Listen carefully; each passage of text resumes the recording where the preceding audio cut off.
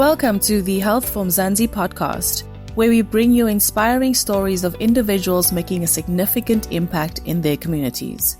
Today, we share the remarkable journey of Dr Genine Josias, a passionate advocate for survivors of sexual violence. Her career spanning over 3 decades reflects not just a profession, but a profound calling.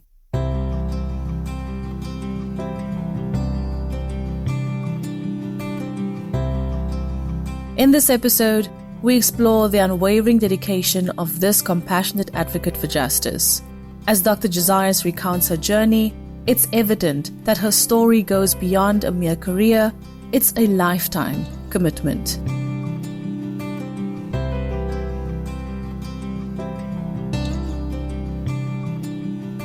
Genine, thank you so much for joining us here on the Health For Mzansi podcast.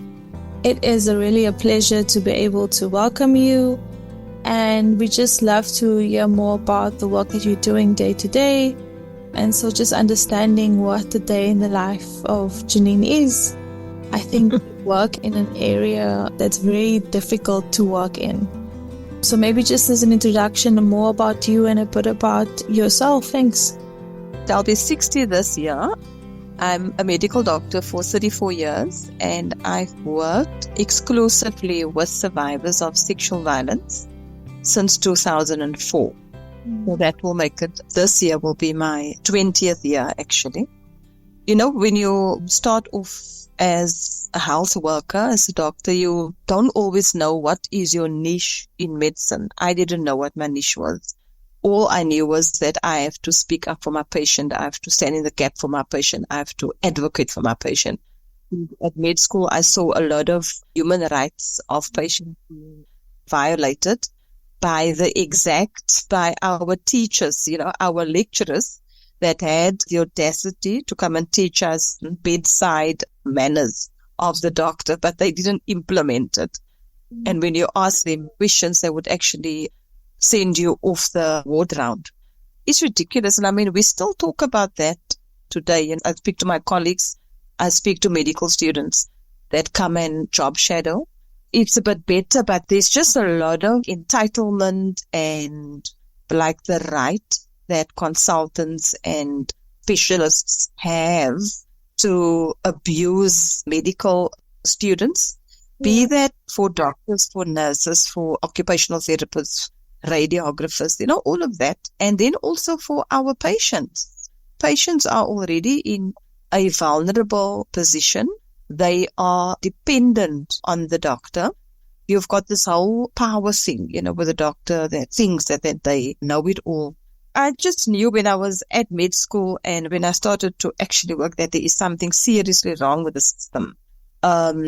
And survivors of sexual violence, particularly for me, were victimized even more by the Department of Health. I am not even talking about SAPS. I'm not talking about the community. I'm not talking about the families. I'm talking about, as health workers, we're supposed to help. We're supposed to make it better.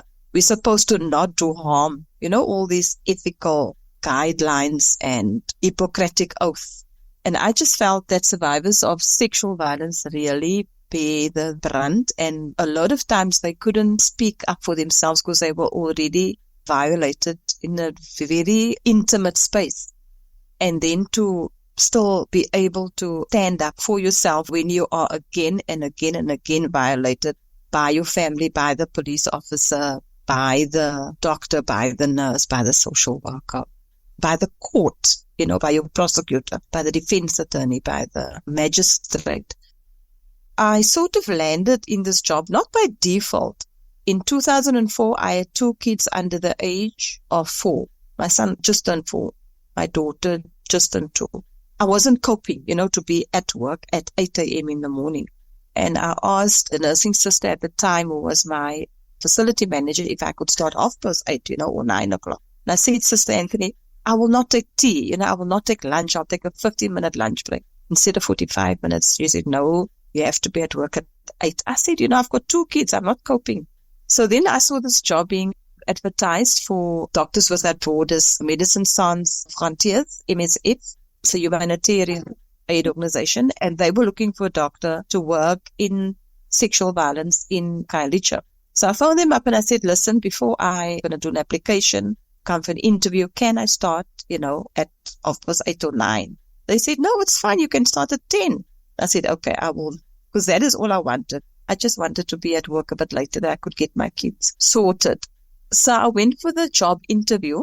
I got the job because I knew that I had enough skill. I worked in Khayelitsha from 1992 until 2000, so I knew the landscape. Then I started with them, with MSF, June 2004. And my job was to start a center for survivors of sexual violence or rape, because what they found was that at the time they were starting this whole thing about giving ARVs. And there was a big issue about, can people in a resource-limited setting actually take ARVs? Because at the time it was expensive and available easily, like in the state sector. So what happened was Doctors Without Borders was when they interviewed patients and asked them, how do you think you became HIV positive? Some people answered and said, I was raped. I did not know that I had to get post-exposure prophylaxis within 72 hours of the rape. I didn't know where to go. MSF then felt that they should start a service for survivors of sexual violence so that they could market this issue of the 72-hour period, that if you've been raped, you need to access life-saving post-exposure prophylaxis, or what we call PEP, within 72 hours of the rape. So that was then where I came into the picture. So I started with them in June 2004, and then on the 4th of August 2004, we opened our center at Site B in Khayelitsha, and we called it the Simelela Center. And the word Simelela means to lean on somebody. You lean on somebody to help you. So we started the center on the 4th of August. It was Doctors Without Borders. And then I asked, but where do patients go in Khayelitsha that have been sexually violated? Do they go to the emergency unit? Do they go to the outpatients department? And then I found that they actually go to the GF US Hospital in Manenberg at the time. I did further inquiries, and then they said, no, there's a center called the Tutuzela Center. I went to Joester. I looked up the center and I asked, can I do sessions? Yeah. Because, I would like to just find out what exactly you do. And they were happy to have me on board because, look, I didn't ask for any money. I just said, I just want to come and help at the center and learn. So that is what I did. And I realized that 50% of the patients that they actually see at Manenberg, at GF Joester, came from Khayelitsha. So the sensible thing would be to then open a center that is in the area of Khayelitsha. So we spoke to MSF. MSF has funding. And they said, no, it is fine. We can open a center in Khayelitsha. So we just had chats with the SAPs.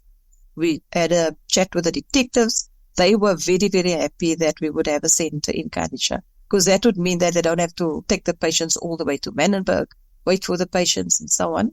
And we spoke to the social workers and they were very happy that there would be a center in Khayelitsha, because that would obviously save them having to fetch the clients, or if a client is to be removed, they have to go to Manenberg to fetch the patient and so on.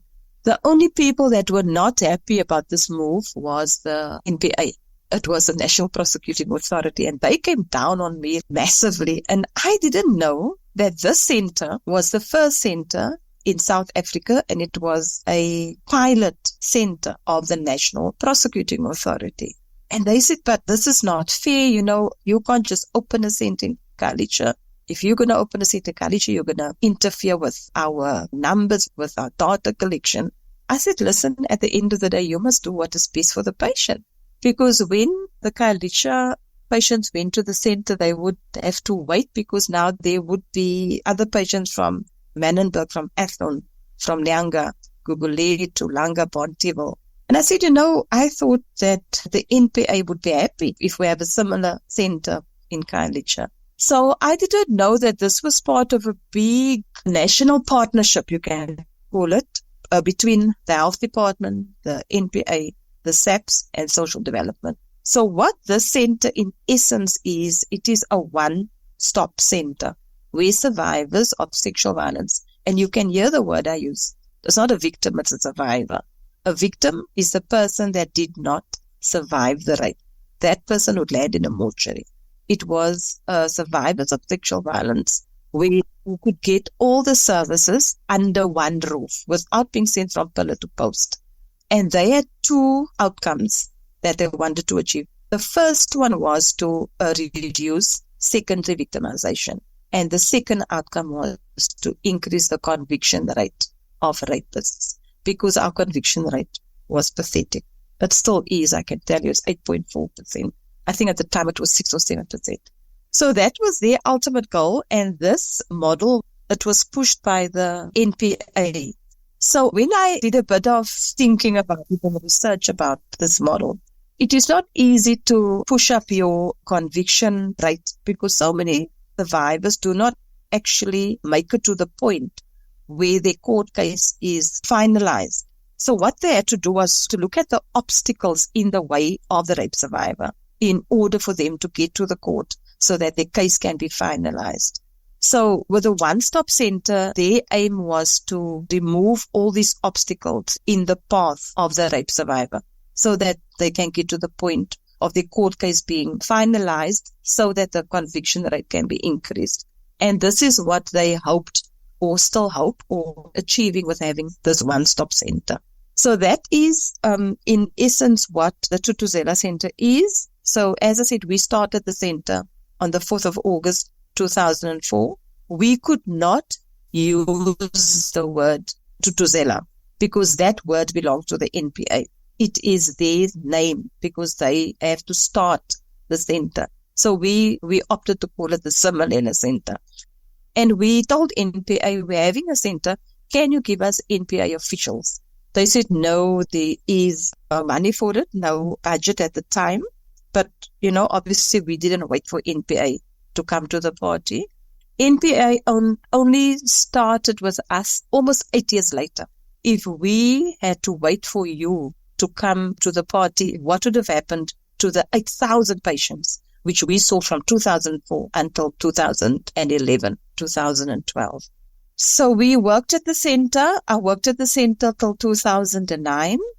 Doctors Without Borders then pulled out. I was taken over by the Department of Health, and I worked there until 2019. And then I was asked to come and work at the Thuthuzela Center, Bellville, and I am still based at the Thuthuzela Center, which is located in Karlbremer Hospital in Bellville. So that is where I am now. So I'm here 5 years now, the Karlbremer Thuthuzela Center.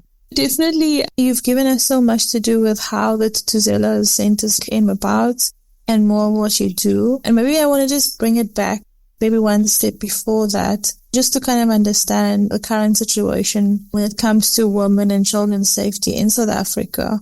Maybe telling us about the issues. I think there's so many, reports that come into the media to say South Africa has a high prevalence of sexual violence, all of these facts behind it, but understanding what the crisis is and the issues is essentially what is important, I think. So I'd like to just start with that as well, please. Thank you so much. I'm not very good with all these stats because you get different stats depending who you speak to and what research has been done and when it has been done and how many people were interviewed and so on.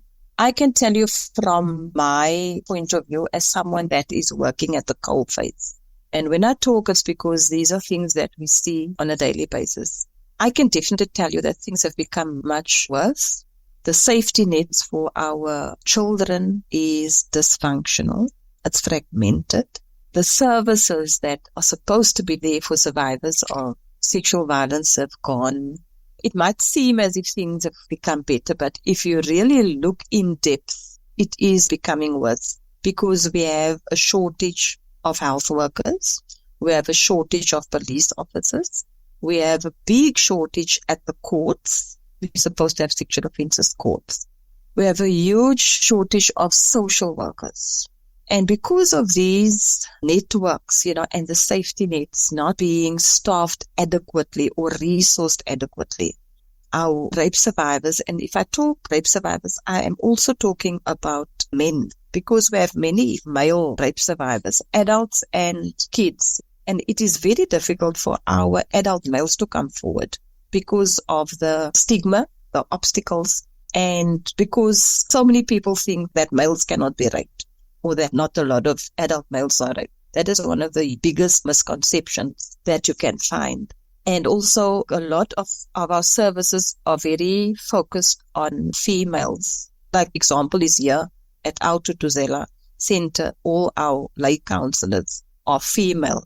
Our nurses are female. Luckily, we've got 3 male doctors that are working on the roster, but office hours. It's myself and a male doctor, and I've got 1 male intern. But the service is very female dominant, and that also puts off a lot of men to come forward.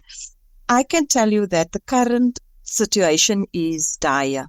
If you look at sexual violence, I always say it's a big elephant and you have to eat it from all sides. Like we cannot just give medication to people that have been raped. We have to look at the prevention side of it. And that is a big angle because you have to go right back to what are the causes of patriarch inequality, like the remnants of like apartheid, all the different social ills that are there. Housing, the lack of like recreation facilities. We've got schools that are full. There are 40 kids in a class. And then you expect that one teacher to still identify a child could possibly have been sexually violated or that has issues at home. That teacher is so busy. They don't even have the time. I've got teachers that come in and say, doctor, I could see that there was something wrong with this child, but there are so many things that I have to do in order to get that child to you. Sometimes we just don't have the time. Sometimes I listen on the radio or on the TV when they say our families have fallen apart, the typical father, mother, 2 kids. That is a myth. We've got so many single-headed households. Even before the HIV epidemic, so many single-headed households, and then most of them are female-headed. So that typical thing of the family, like we need to nurture the way the family should be, that is gone. We need to accept that there are many single-headed households. We've got single parents. We have many female single parents. They don't get logical support from the father figure. So what do we do about that? Then to now talk all the time to say that we need to go back to the way our families used to be structured. That is not going to happen. More and more you get people that divorce. We get women that actually opt not to get married because they can see what is actually happening in married life if they look at the family members, colleagues, and so on. So, I always think, why do you talk about the past? See what is happening now and how can we assist and empower and like resource these single-headed households. So, as I said, there are many causative factors, the prevention aspect of that. Simple things like young girls, when they get pregnant, they will just leave the school because they can't look after their babies and be at school. I know that the education department advocates that the girl children must go back to school, but that is only if they've got a good social support at home, which does not always happen. So what are their options, and like who keeps like a database of those girls? So we have those young girls, like women, coming to us here as rape survivors. And once you start to take the history or the family history, then you just realize, where do you start with this girl? Who do you call on to support this child? So we do refer to the social workers, we refer to the NPOs, but the load is so big and there are not enough hands on deck. There are not enough resources in order to assist that girl to become financially independent. So, it is like a vicious cycle. Another big issue is the substance like use. It is so easy to get tuck, cannabis, ecstasy, buttons, whatever they call these drugs. Everybody knows where you can find it. And we've got so many young people that are hooked on substances and it just goes from one disaster to another. What do we do about that?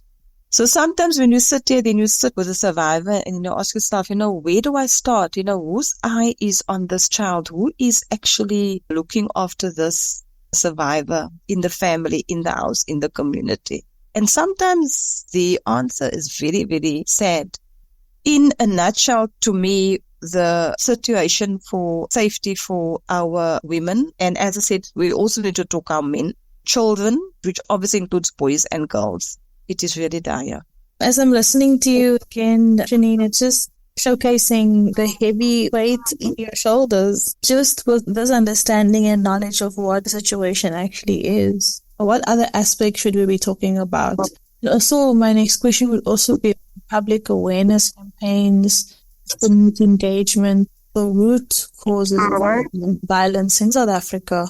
For me, it's the political will is not there. We've got a lot of patriarchy when it comes to our politicians. The case of Zuma and Kwezi is a very good example where the ANC Women's League supported Zuma and did not believe this young woman.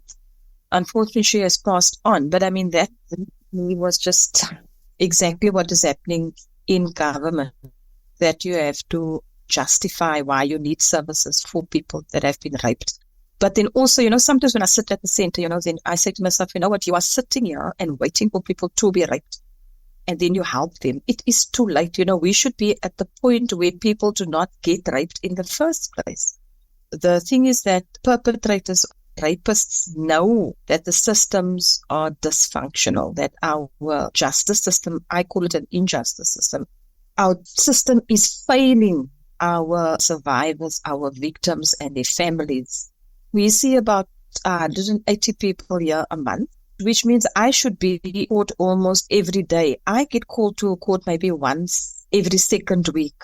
We want NPA and the Department of Justice to give us the real statistics. How many of the patients that we see here actually get justice at the end of the day? Even with this model being here, this Tutuzela model being here, there are still many obstacles in the way of that person getting the day in court and getting justice. We have so many complaints, patients coming back to us saying to us, you advise me to lay a charge with the police. I came here and you advise us and then we call the police. But now just see what is happening. I am still waiting on the detective. They haven't called me. My case is at court, but it's been postponed 6 times, 7 times.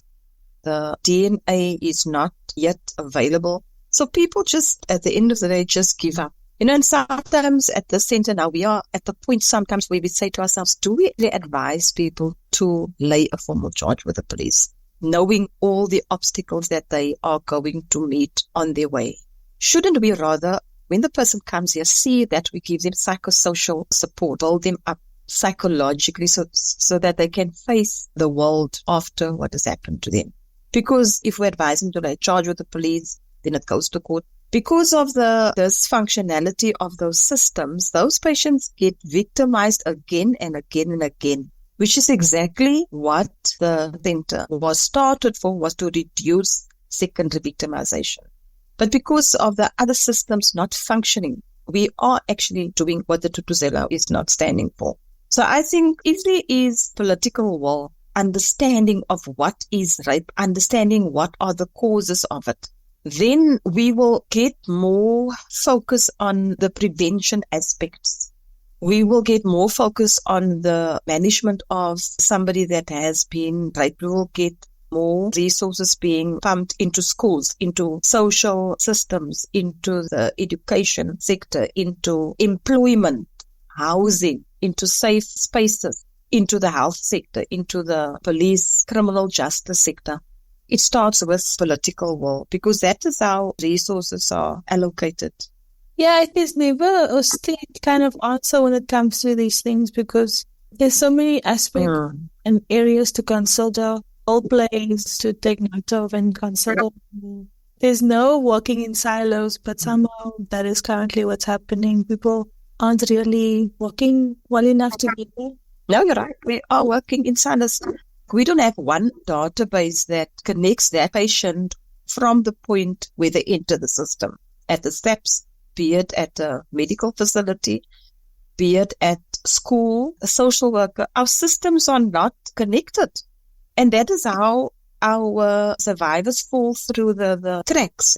And the same with perpetrators. The perpetrators have a field day in South Africa because they know that the systems are dysfunctional.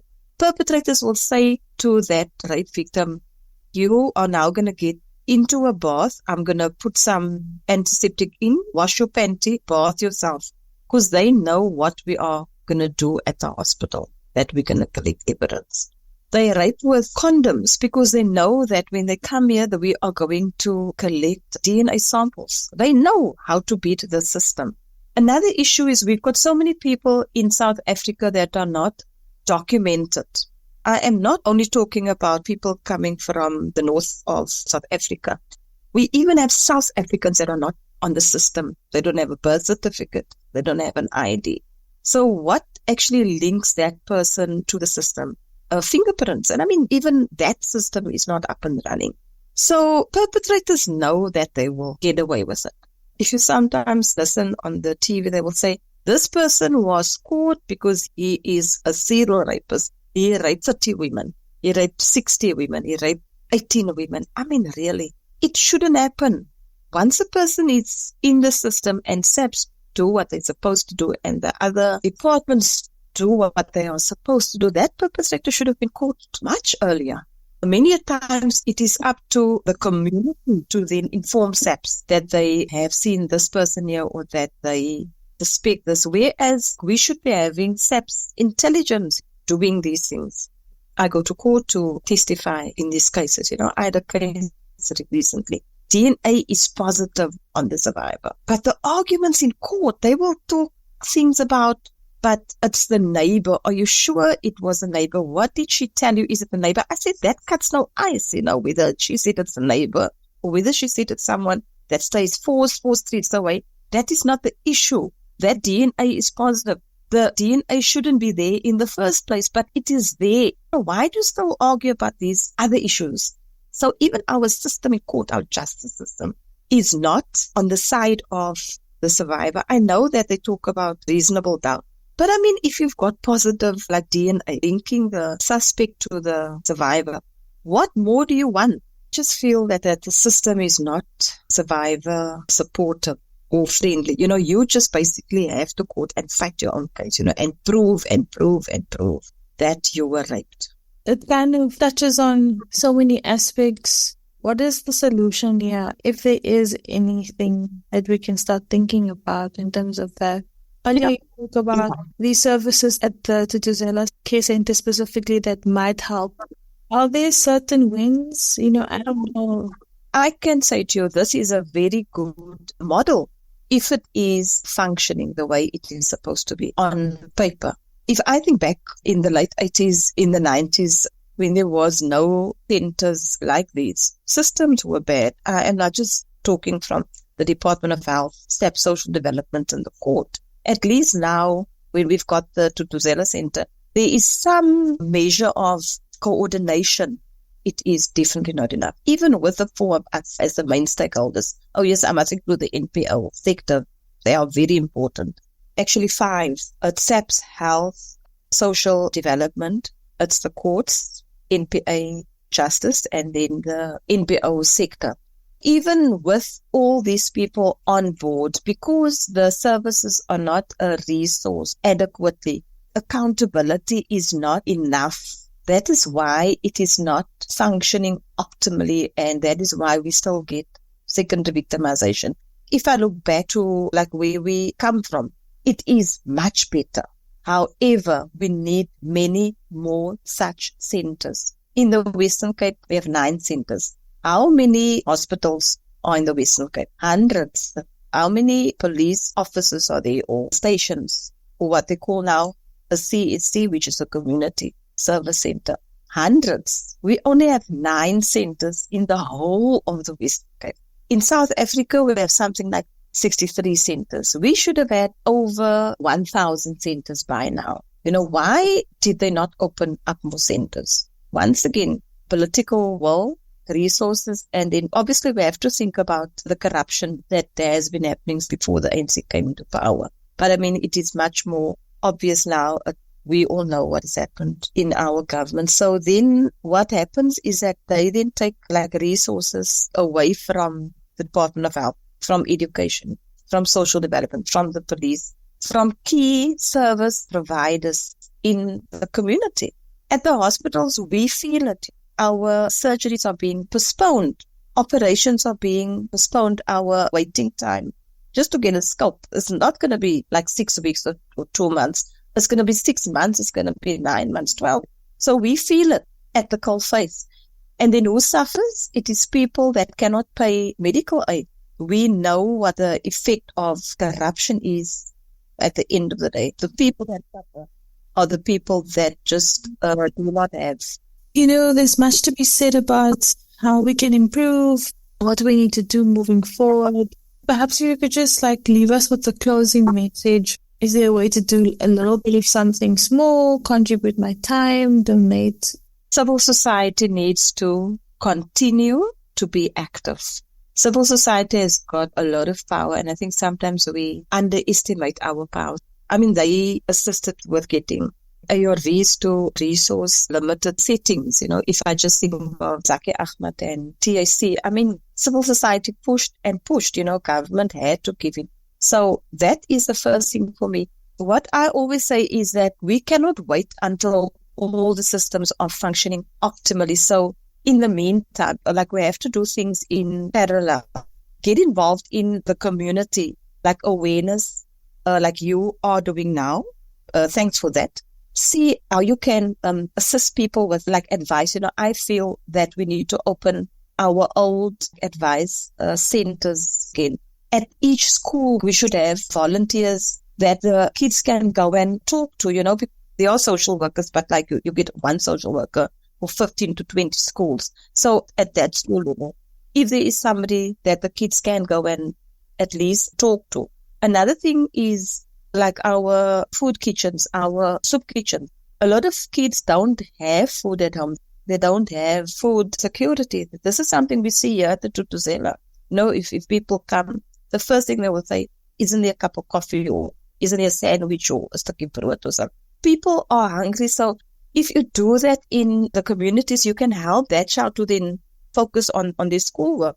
Or then you can help that family not to resort to illegal means in which to get food into the house.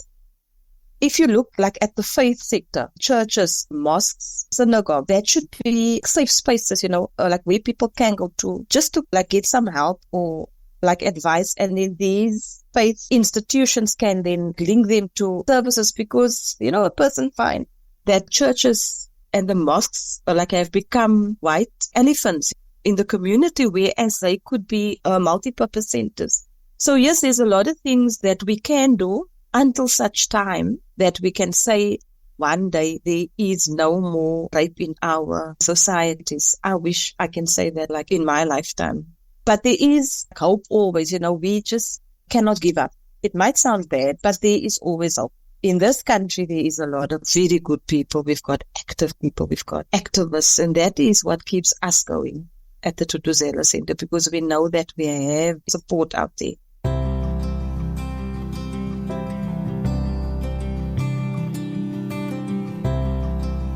In the face of adversity, Dr. Genine Josias stands as a beacon of hope for survivors, tirelessly advocating for a system that truly supports and protects those who have already endured so much. Her calling for society to rethink its approach to survivors resonates, urging us all to work collectively towards a world where, as she passionately asserts, people do not get raped in the first place.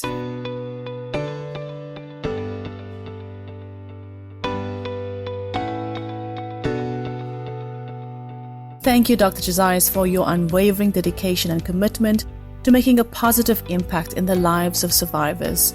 Remember, you can visit www.healthformzansi.co.za for more on this topic.